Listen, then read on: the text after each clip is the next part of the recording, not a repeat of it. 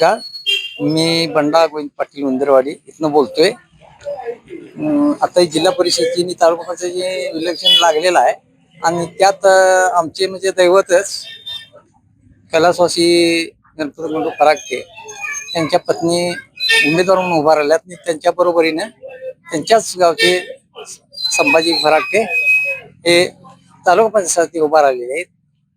तो आता तात्यांच्या घराबद्दल काय मी वेगळं सांगण्याची गरज नाही, कारण का आमचा हा घरोबा संबंध आहे आणि तात्यांचं घर म्हणजे असं होतं की तिथं कोणी गरीब आडला लढला कशालाही जरी गेला तरी रिकाम्या हातानं परत येत नव्हता.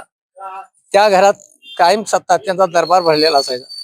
आज तात्यांची आठवण आली की मन जरा भरून येते, कारण का तात्या हे प्रत्येक कार्यकर्त्याला आपल्या कुटुंबाप्रमाणे त्यांनी जपलेलं होतं आणि त्याचप्रमाणे त्यांच्या घरात कुटुंबातल्या सगळ्या माणसांचा प्रत्येक कार्यकर्त्यावर तितकंच प्रेम आहे आणि तोच वसा मनोज फरागटे पुढे चालवत आहेत. आणि त्यासाठी आज काकींच्या बद्दल तसं म्हणलं तर बिनविरोधच व्हायला पाहिजे, पण आता काकीला भरघोस मतानं विजयी व्हायला काय हरकत नाही आणि त्या निवडून येणार. आणि तात्यांच्या घराबद्दल वेगळं सांगायची तर काही गरज नाही हो.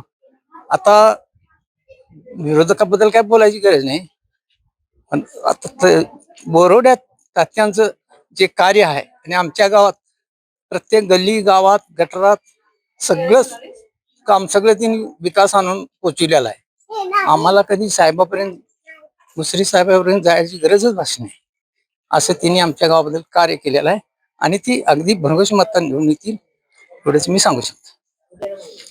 हे आहे गोकुळचं श्रीखंड, अगदी जिभेवर रेंगाळणार. जिभेवरच नाही तर मनावरही रेंगाळणार. गोकुळ श्रीखंड, मनावर रेंगाळणार.